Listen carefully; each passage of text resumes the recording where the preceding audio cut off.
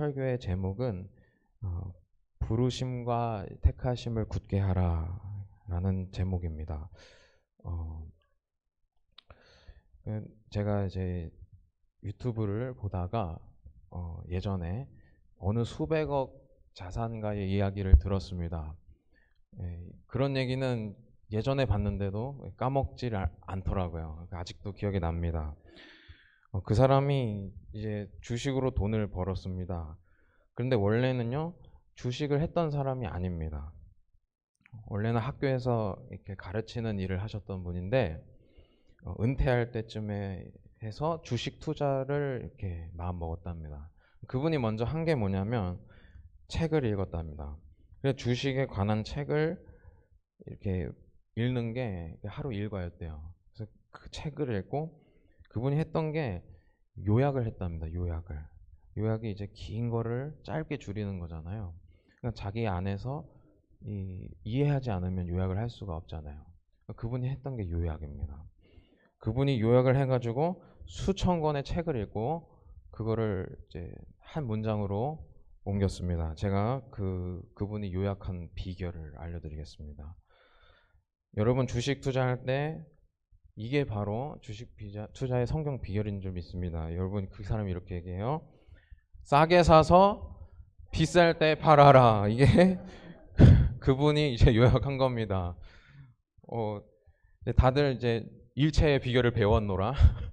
다들 그런 비결을 알고 계신 것 같아요. 대답을 하십니다. 여러분 요약이 무섭다는 겁니다. 싸게 사서 비쌀 때 팔아야 된다는 것은 주식을 안 하는 저도 알고 있습니다. 그렇지만 이분이 뭐가 달랐던 겁니까? 수천 권의 책을 읽으면서 그것을 검증하고 또 검증한 겁니다. 왜 싸게 사서 비쌀 때 팔아야 되는지를 배운 겁니다. 그러니까 우리한테 싸게 사서 비쌀 때 파는 것은요, 상식이에요, 상식. 상식인데 이분한테는요, 그게 상식이 아니라 비결인 겁니다, 비결. 노하우. 그러니까 여러분, 상식이 비결이 되는 게 뭐 때문이라고요? 요약 때문에. 다른 말로 자기가 계속 검증하고 확인하는 작업이 있었던 겁니다. 여러분, 누구나 아는 상식인데 나만 아는 비결이 되는 방법을 취하시기 바랍니다. 성경을 많이 읽고 하나님의 마음이 무엇인지 캐치하는 저와 여러분 되시길 바랍니다.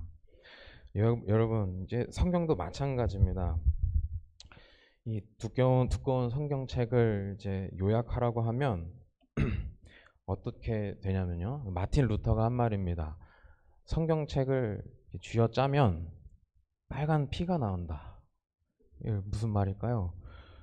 구약 성경에서는 맞습니다. 구약 성경에서는 하나님의 용서를 받기 위한 제사 짐승의 피가 나오는 겁니다. 하나님은 우리한테 용서를 주시기 위해 제물을 바치라고 하셨거든요. 그럼 신약에서는 누구의 피가 짜집니까? 예수님의 피가 짜지는 겁니다. 쥐어짜면 그 피가 나옵니다. 그게 성경입니다. 그래서 성경은 피의 책이라고도 부릅니다. 피로써 받은 용서를 여러분 기억하시기 바랍니다. 왜 그랬을까요? 하나님이 왜 우리를 위해서 피를 흘리셨을까요? 우리를 자녀로 부르기 위해서, 우리를 자녀 삼으시기 위해서 우리를 부르신 겁니다. 예수님의 피로써 확증하신 하나님의 부르심, 자녀로 부르신 것을 믿으시기 바랍니다. 우리 옆 사람에게 인사하면 좋겠습니다. 하나님이 여러분을 부르셨습니다. 하나님이 여러분을 부르셨습니다. 여러분 확신에 차서 여러분에게 말씀드립니다. 하나님이 여러분을 오늘 부르셨습니다. 자녀로 부르셨습니다. 웃으시는 분들도 계십니다. 너무 기쁜 일이라서 웃으시는 건가요? 맞습니다. 하나님이 여러분을 하나님의 자녀로 부르셨습니다. 여러분, 내가 하나님의 자녀라는 사실을 오늘 그 주식 투자자처럼 계속 되뇌이십시오. 성경을 읽으면서 확인하십시오. 발견하십시오. 그러면서 이게 교회 안에서 외치고 끝나는 구호가 되는 게 아니라 우리 삶의 비결이 되기 원합니다.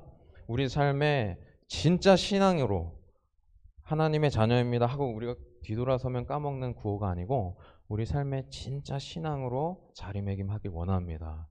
그래서 여러분, 인생의 비결은 하나님의 부르심을 기억하는 것입니다.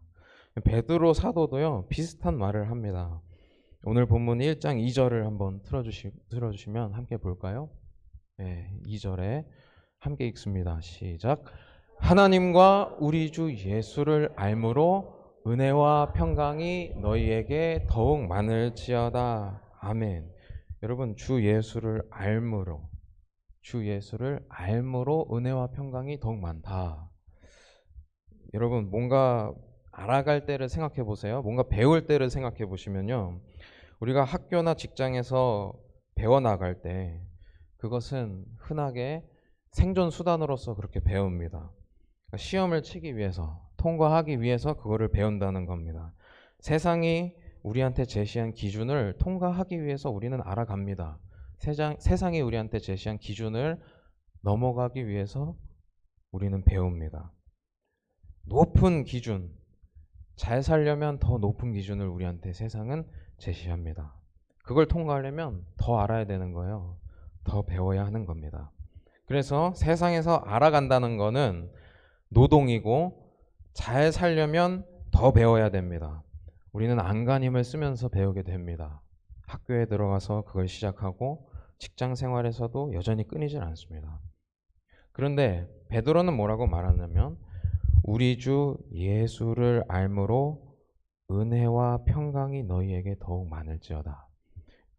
예수님을 안다는 건요, 내가 뭔가 더 해내기 위해서 배우는 게 아니에요. 예수님을 안다는 거는 내가 더 높은 기준을 통과하기 위해서 배우는 게 아니라 이 말입니다. 생존을 위해서 살아남으려고 애쓰면서 배우는 게 아니라 예수님을 알면 알수록 은혜와 평강이 더욱 많을지어다. 예수님은 내가 주님을 알면 알수록 은혜입니다. 세상은 우리한테 잘 살고 싶으면 더 배우라고 기준을 높입니다. 살아남으려면 더 배워야 할 것만 같습니다. 그렇지만 예수님은 반대로 우리에게 기준을 낮추고 또 낮추십니다. 왜? 우리를 용서하겠다고 작정하신 분이니까. 우리를 하나님의 자녀로 부르시겠다고 작정하신 분이니까 그렇습니다. 그래서 여러분 생각해 보세요. 나를 용서하겠다고 작정하신 분이 있다고 쳐봐요. 그러면 우리가 그분한테 잘못했다고 얘기하는 게 쉽겠어요? 어렵겠어요? 용서하겠다고 작정했는데 가서 바로 얘기할 수가 있는 겁니다. 그런데 그게 믿어지지 않는 우리한테, 하나님이 나를 용서하겠다고 작정하셨다는 게 믿어지지 않는 우리한테 예수님이 오셔서 봐봐, 하나님이 너를 용서하셨어, 이렇게 확증해 주신 겁니다. 하나님이 그래서 여러분을 자녀로 부르셨다 이겁니다. 여러분, 하나님이 우리를 자녀로 부르셨습니다. 여러분 기억하십시다. 하나님은 우리를 자녀로 부르셨습니다.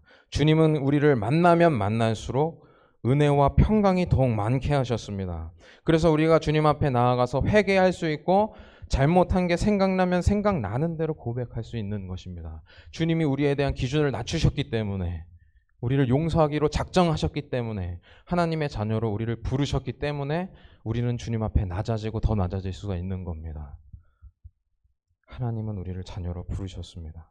그러면 이 신앙생활을 하면서 예수를 알므로 평강이 그리고 은혜가 더욱 많다고 하였는데, 예수 안다는 게 뭐냐?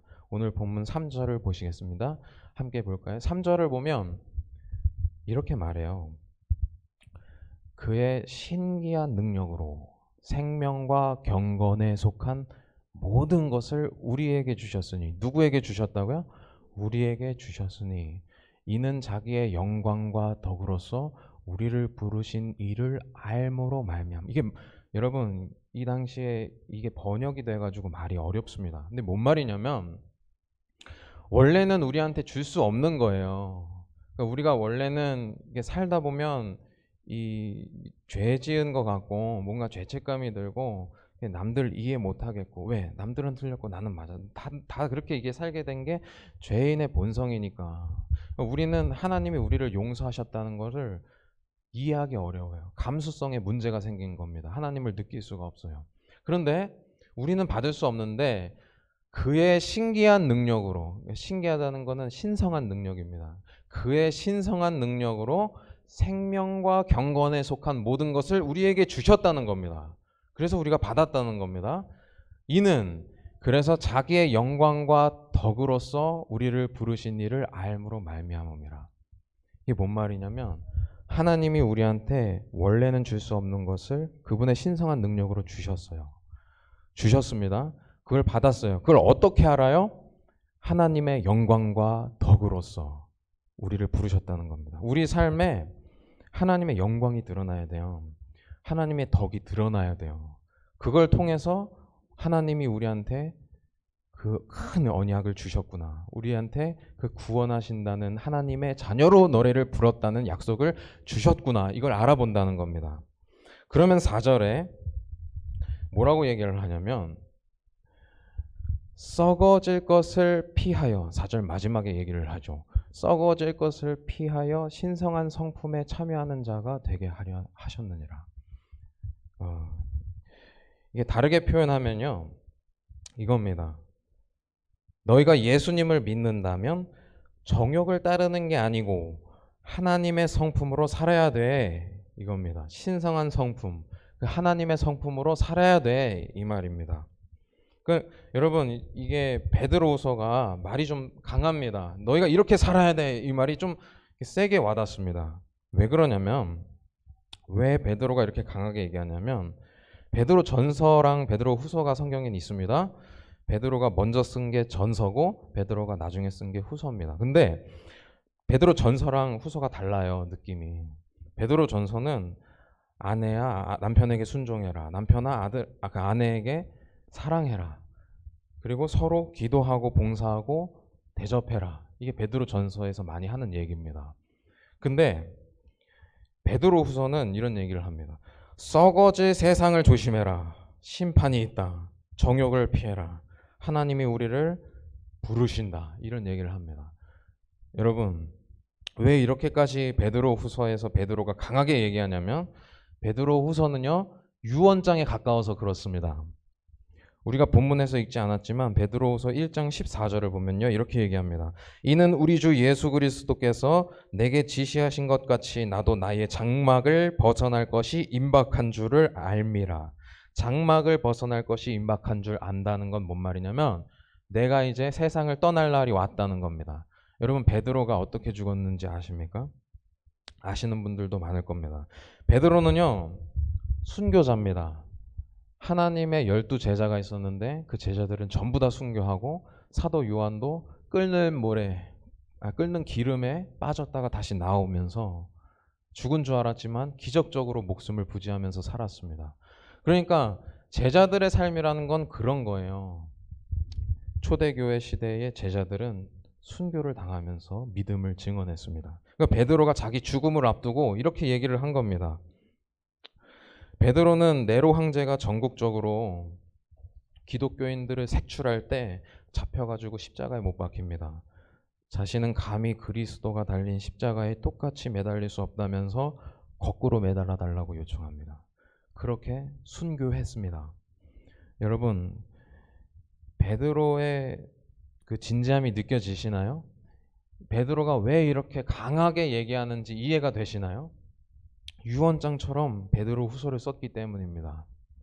베드로가 교회를 보면서 걱정하는 게 많아요. 왜냐하면 하나님의 부르심대로 살기가 어려운 시대가 되었기 때문입니다. 오늘날도 그렇지만 그 당시에도 교회 다닌다는 것은 쉬운 일이 아니었어요. 우리는 지금 세례를 받기 원하면 세례를 받기 위해서 교육을 하고 몇 달 동안 교육받고 세례를 주잖아요. 하나님의 신앙이 정말 그 세례하는 그 성례전 속에서 세워지는 것을 보면 정말 감격스럽습니다. 근데 그때는 더 했다는 거예요. 세례를 아무나 못 줍니다. 주지도 않고요. 왜냐면 예수님 믿는다는 것이 정말 비밀스러운 일이었기 때문에 나가서 자랑할 수 없던 일이기 때문에 그러니까 그때는 더 했다는 겁니다. 하나님의 부르심대로 살기 어려웠습니다. 그 당시에도 교회를 다닌다는 것은 쉬운 일이 아니었어요. 그래서 베드로후서 3장 3절 이하를 보면 우리가 읽지는 않겠습니다만 베드로가 이렇게 얘기를 합니다. 세상이 노아 살던 때랑 똑같다고 얘기를 합니다. 노아 살던 때. 그러니까 노아 살던 때 어땠어요? 하나님이 비를 내려서 홍수를 보내서 사람들을 쓸어버리겠다. 사람들 쓸어버리는 게 좋아서가 아니고 그게 재밌어서가 아니고 하나님을 잊어버린 그 땅을 심판하시겠다는 거였습니다. 그러니까 하나님을 잊어버린 세상이 되고 있다는 거예요. 베드로가 지금 이 노아 시대랑 똑같다. 그때는 하나님이 물로 쓸어버렸지만 이제는 하나님이 불로 쓸어버릴 것이다라는 겁니다. 불로. 이게요 뭐냐면 불로 쓸어버린다. 그러니까 그렇게까지 얘기를 했던 이유가 뭐냐면 사람들이 하나님 안 믿었기 때문에 하나님이 계신 것에 관심이 없었습니다. 교회의 문제가 뭐라고 베드로가 얘기하냐면 교회의 정욕대로 행하는 사람들이 올 거라고 말합니다. 정욕이 뭡니까? 자기가 하고 싶은 대로 한다는 겁니다. 그러면서 이렇게 얘기를 할 겁니다. 홍수 난다며 노아 시대처럼 비가 언제 와? 하나님이 심판하신다며 하나님이 도대체 언제 와? 예수님 믿고 너네 달라진 거 있어? 예수님 믿고 달라진 게 있어? 없잖아. 예수님 오신다면서 언제 와? 이렇게 말하는 사람들이 교회에 있다는 겁니다. 그래서 베드로 후서 3장에 조롱하는 자들이 올 것이라고 말합니다. 노아 시대에는 물로서 심판이 임했지만 주님 다시 오실 그날에는 불로 심판이 임할 것입니다. 주님이 다시 오신다는 겁니다. 여러분 주님 다시 오십니다. 그리고 심판이 있습니다. 심판이 임했지만 여러분요 믿는 사람한테는 그 심판 중에 구원이 있는 겁니다. 예수님으로 말미암아 믿는 자들한테는 새 하늘과 새 땅의 영광을 보는 영광이 있을 것입니다. 하나님의 약속입니다. 그게. 근데 그거를 잊고 살아가니까 베드로가 강하게 얘기를 합니다. 노아처럼 하나님께서 여러분을 선택하셨다고 부르셨다는 그 사실을 기억하시기 바랍니다. 노아 시대처럼 하나님은 우리를 여전히 부르시고 계신데요. 세상은요, 그 부르심을 잊고 살아갑니다. 정욕대로 살게 만듭니다. 그러니까 하나님의 부르심이 있는가 하면 여러분 세상의 부르심이 있는 거예요. 세상의 부르심은 뭡니까? 하나님 계신 거 맞아? 너 하나님 믿고 달라진 게 뭐 있어? 이게 세상의 부르심입니다. 그러니까 우리가 거기에 대고 반박해봤자 소용이 없어요. 이건 우리 힘으로 안 되는 거예요. 그래서 베드로가 뭐라고 하냐면 1장 3절에 그렇게 얘기하잖아요. 그의 능력으로 우리한테 주셨다고. 그러니까 우리 힘으로 안 돼요. 우리가 어떤 논리를 세워가지고 하나님 믿었더니 이렇게 됐더라. 그 사람들이 보기에는 씨알도 안 먹혀요. 그런데 베드로는 그것을 잊지 말라는 겁니다. 여러분 정욕대로 사는 사람들이 교회에 온다는 건요. 살고 싶은 대로 사는 사람들이 교회에 많아진다는 겁니다. 여러분 교회는 그래서 조롱을 당한다고 말합니다. 베드로가 말했습니다. 세상은 교회를 조롱합니다. 얼마 전에 이제 올림픽 개막식에서 그 최후의 만찬을 이렇게 패러디한 것들이 이제 생중계되었잖아요. 그러니까 조롱한다는 겁니다. 하나님이 어디 계시냐? 하나님이 어디 계시냐? 그렇지만요. 살고 싶은 대로 살라는 게 여러분 답이 아닌 거 아시죠? 그건 세상의 유혹입니다. 살고 싶은 대로 살라는 거. 여러분 우리가 그 어린 아이가 있는데 그 아이가 사탕을 되게 좋아해요. 사탕을 좋아하는 애가 있어요. 그러면 걔한테 사탕만 줄 수 있습니까? 밥 대신 사탕만 줄 수 있나요? 그럴 수 없어요. 세상은 하고 싶은 대로 놔둬야만 자유가 있는 게 아닙니다. 하고 싶은 대로 놔두면 망하는 것입니다. 밥 대신 사탕만 줄 수 없는 것처럼요. 그러니까 좋아하는 대로 놔두는 게 능사가 아니라는 말입니다. 여러분 제가 그런 예를 하나 또 들어볼게요. 이게 왜 이런 얘기를 들어보냐면 결국은 요한계시록에 사단이 이 땅을 꿰는다고 하잖아요. 생각해보면 우리가 아이들한테 사탕만 주면 안 되는 거 다 알고 계시죠?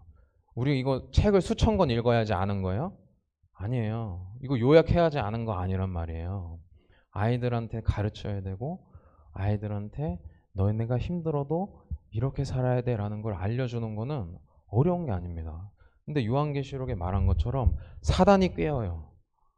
사람들이 하고 싶은 대로 하게 살게 사단이 꿰어간다는 겁니다. 극단적인 예를 하나 들어보겠습니다. 제가 안락사에 대해서 조사할 일이 있었습니다.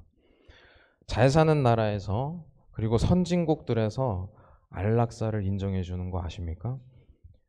그러면서 뭐라고 얘기를 하냐면 자신의 죽음을 요구할 수 있는 권리라고 말합니다. 생사화복을 주관하시는 하나님을 잊어버린 결과입니다. 그 중에 네덜란드라는 나라는 조력자살, 다른 말로 하면 자살을 도와준다 이거예요. 죽고 싶다 그러면 약을 처방해줘서 도와주는 겁니다. 조력자살과 안락사를 합법으로 네덜란드가 만들었습니다.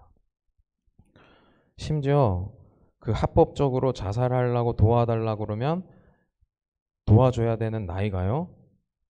원래는 나이 제한이 있었는데 작년에 12살 미만도 그렇게 할 수 있도록 확대됐습니다. 원래 PPT를 준비한 게 있는데 그냥 안 봐도 괜찮긴 할 것 같습니다. 이런 나라들이 이제 안락사랑 조력사를 이렇게 허용했다는 겁니다. 죽고 싶으면 죽을 수 있게 만들었다는 겁니다. 이 중에 네덜란드 조력 사망이랑 안락사를 허용했다 이겁니다. 죽음을 선택할 수 있다. 어린이들한테도 살고 싶은 대로 살 권리와 죽을 권리를 주려는 겁니다. 살기 싫다는 이유로 자살하고 국가에서 그것을 도와주는 모습을 상상해 보십시오. 여러분, 끔찍한 이야기입니다. 차라리 몰랐으면 나았을 것 같습니다. 그러나 세상이 지금 이렇다는 겁니다. 우리나라는 상관없을 것 같죠? 작년에 죽을 권리를 인정해달라는 헌법 소원이 제기됐습니다.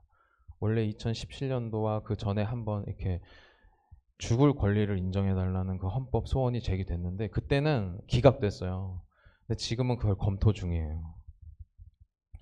법원이 그동안 무시했는데 이제 살펴보고 있다는 겁니다. 여러분, 정말 죽고 싶다는 그 사람의 사정을 무시하는 게 아니라 세상이 어떤 모양으로 변하고 있는지 우리가 눈을 뜨고 봐야 됩니다. 하나님이 우리한테 말씀하시는 건 뭐죠? 나는 길이요 진리요 생명이라. 나를 믿는 자는 죽어도 살겠고 살아서 믿는 자는 영원히 살리라. 그러니까 하나님이 주신 거는 우리한테 살라는 거 아닙니까? 하나님이 우리한테 말씀하시는 거는 생명이고 죽어도 다시 사는 부활인데 세상은요 지금 이렇게 흘러가고 있다는 겁니다. 원하면 너희가 죽음을 선택할 수도 있다고 흘러가고 있는 겁니다. 하나님의 부르심을 굳건히 붙잡아야 합니다. 그런 시대라는 겁니다. 그래서요 베드로가 오늘 본문 5절부터 이렇게 신앙생활 하라고 말합니다. 함께 볼까요? 그러므로 너희가 더욱 힘써 믿음의 덕의 지식을. 여러분 5절 같이 보겠습니다. 믿음에 뭘 더하라고 하죠? 덕을 더하라고 합니다. 이게 베드로가 말하는 신앙생활이 이렇다는 거예요. 예수님이 믿어져요. 예수님이 나는 이제 믿어져요. 그러면 거기에다가 덕을 더하라. 예수님 믿어지는데 아직 내가 다 안 변했죠. 내가 이제 옛날에 습관들이 있잖아요. 뭐 담배를 폈어요. 그러면 믿어지긴 하는데 아직 담배가 생각이 나요. 그러면 그걸 가지고 덕을 더하라. 덕은 뭡니까? 성품입니다. 성품은 한 번에 우리가 변하지 않는다는 거. 반복해야 된다. 예수님의 말씀을 계속 듣고 덕을 더하라는 겁니다. 그럼 체질이 바뀝니다. 담배가 끊어집니다. 그리고 중독되었던 것들에서 자유로워집니다. 그러면 어떻게 돼야 되냐? 성품이 만들어졌어요. 내가 뭘 하면서 살아야 될지 알아야 됩니다. 그러니까 지식을 더하라는 겁니다. 지식을. 그러면 예수님께서 우리한테 어떻게 살라고 하셨냐면 네 이웃을 네 몸과 같이 사랑하라. 그렇게 살아가는 겁니다. 그럼 6절에 내 이웃을 내 몸과 같이 살아가게 됐습니다. 그런 지식으로 살아갑니다. 근데 여러분 절제가 필요합니다. 거기다 절제를 더해야 됩니다. 왜? 퍼주는 게 답이 아니거든요. 저 사람이 아무리 힘들다고 해서 퍼주는 게 답이 아닙니다. 예수님 뭐라 하셨냐면 가난한 사람들은 너희와 항상 있을 것이로되 나는 너희와 항상 있지 않는다고 얘기하셨어요. 뭔 말이냐? 가난한 사람들은 많습니다. 우리가 그 가난한 사람들한테 다 퍼줘서 가난을 해결해 줄 수 있다는 건 환상입니다. 그러니까 가난한 사람들한테 내가 퍼줘서 해결하는 게 아니라 예수님이 필요하다는 것을 알아야 돼요. 그게 바로 절제입니다. 퍼주는 걸 멈추는 게 절제인 거거든요. 그러니까 절제합니다. 근데 퍼줄 때가 더 좋았어요, 사실은. 생각해 보세요. 우리가 배고프고 가난한 사람들한테 퍼줄 때가 마음이 더 편한 겁니다. 왜? 고마워하잖아요. 퍼주면 좋아하잖아요. 내가 하나님 같잖아요. 기분이 좋잖아요. 근데 그걸 하지 말라고 인내하는 겁니다. 힘드니까 그걸 참아내는 거예요. 퍼주는 걸 그만하는 걸 이제 참는 겁니다. 인내하다 보면요, 기도하게 됩니다. 주님, 나의 돈이 필요한 게 아니라 이 사람이 하나님이 필요한 겁니다. 기도하게 됩니다. 다른 말로 하면 하나님 앞에 서는 겁니다. 그걸 경건이라고 하는 거거든요. 그러니까 인내에다가 경건을 더합니다. 그럼 7절에 내가 하나님 앞에 주님 기도하면서 이 사람한테 예수님이 필요합니다. 주님, 내 손이 뻗어서 닿지 않는 곳까지 주님 보고 계십니다. 주님, 이 사람을 도와주시옵소서. 그렇게 기도하다 보면요, 정말 답이 없어요, 얘는. 그러니까 내가 이 정도로 기도했으면 사람은 바뀌어야 되잖아요. 근데 안 바뀌어요. 소망이 안 보여요, 얘한테. 그럼 내가 그냥 연락 차단하고 싶어지거든요. 그때 뭘 해야 되냐?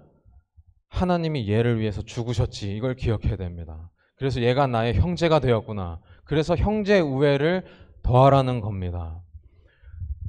이 사람이 정말 소망이 없지만 주님 안에서 형제라는 걸 기억하십시다. 그래서 형제 우애를 더하라. 그 다음에 베드로가 뭐라 하냐면 마지막에 사랑을 더하라. 여러분, 베드로는 예수님 부인했던 사람인 거 아시죠? 하나님이 다시 만나 주셔서 베드로는 그래서 주님의 제자가 된 겁니다. 하나님이 만나 주셨다. 그러니까 내가 주님 목숨을 버리고 따라가겠습니다 해놓고 부인했잖아요. 그렇지만 하나님 다시 찾아와 주셨습니다. 결국 뭐냐? 하나님이 찾아와 주시면 안 된다는 겁니다. 베드로가 거기서 사랑을 느꼈고 오늘 본문 마지막에 사랑을 더하라 이렇게 얘기를 한 겁니다. 그러면 8절에 이런 것이 너희에게 있어. 우리 8절을 한 목소리로 읽어볼까요? 시작. 이런 것이 너희에게 있어 흡족한즉 너희로 우리 주 예수 그리스도를 알기에 게으르지 않고 열매 없는 자가 되지 않게 하려 하니라. 아멘. 지금 말한 건 뭐냐면 신앙생활을 이렇게 해야 된다는 겁니다. 이 정도는 해야 너희에게 있어서 흡족하다. 신앙생활 하는 맛이 있다는 겁니다. 이 정도는 해야 예수 그리스도를 알기에 게으르지 않다는 말을 듣는 겁니다. 내가 형제를 위해서 정말 간절함으로 기도해 보는 사람이 그 사람만이 중보기도를 하는 거예요. 그냥 기도해 줄게 하고 가는 게 아니라 정말 내 힘으로 안 된다는 걸 깨닫고 이 사람만을 위해서 눈물로 기도해 본 사람만이 중보기도를 하는 겁니다. 그러니까 그런 사람들에게 정말 그리스도를 알기에 게으르지 않았구나라는 말을 하는 겁니다. 그 사람들에게 열매 없는 자가 아니구나, 너한테는 열매가 있구나 하는 겁니다. 그러므로 신앙생활을 하려면 여러분 더욱 힘쓰세요. 믿음의 덕을 더하십시오. 덕의 지식을 더하십시오. 지식의 절제를 더하십시오. 절제의 인내를 더하십시오. 인내의 경건을 더하십시오. 경건하다, 이 사람을 포기하고 싶을 때 이 사람이 나의 형제라는 걸 기억하십시오. 형제 우애를 더하시고 끝없이 이 사람이 소망이 안 보일 때 예수님도 그런 나를 찾아와 주셨지, 하나님의 사랑을 기억하십시오. 이게 신앙생활입니다. 여러분, 그렇게 사는 사람들이 신자인 겁니다. 그렇게 사는 사람들이 그리스도인인 겁니다. 우리 옆 사람한테 선포하십니다. 당신은 그리스도인입니다. 당신은 하나님의 자녀입니다. 여러분, 그렇게 살기 정말 어려워요. 그렇게 살기 정말 어려워요. 신앙생활이 쉽지 않습니다. 그러니까 베드로가 이렇게까지 신앙생활을 하라고 얘기를 하는 겁니다. 하나님의 부르심을 기억하는 것, 그게 신앙의 비결입니다. 하나님이 여러분을 부르셨고 여러분을 택하셨다는 사실을 포기하지 말고 기억하십시오. 하나님의 부르심과 택하심을 굳게 하시기 바랍니다. 오늘 본문 1장 10절과 11절을 제가 읽고 그것을 결론 삼아서 말씀을 맺도록 하겠습니다. 그러므로 형제들아, 더욱 힘써 너희 부르심과 택하심을 굳게 하라. 너희가 이것을 행한즉 언제든지 실족하지 아니하리라. 이같이 하면 우리 주 곧 구주 예수 그리스도의 영원한 나라에 들어감을 넉넉히 너희에게 주시리라. 아멘. 기도하겠습니다. 좋으신 하나님, 주님 감사합니다. 정말 세상은 정욕대로 우리를 부르고 하고 싶은 대로 살라고 우리를 부르지만 주님, 저희는 주님의 부르심을 붙들겠습니다. 하나님께서 우리를 택하셨다는 사실을 잊지 않겠습니다. 하나님, 우리를 자녀 삼아 주셨으니 참으로 감사합니다. 삶 가운데 성령께서 역사하여 주시옵소서. 하나님, 우리가 하나님의 자녀라는 사실을 깨닫게 하여 주시옵소서. 예수를 알므로 은혜와 평강이 더욱 많아지는 우리의 삶이 되게 하여 주시옵소서. 감사하며 예수님 이름으로 기도를 드립니다. 아멘.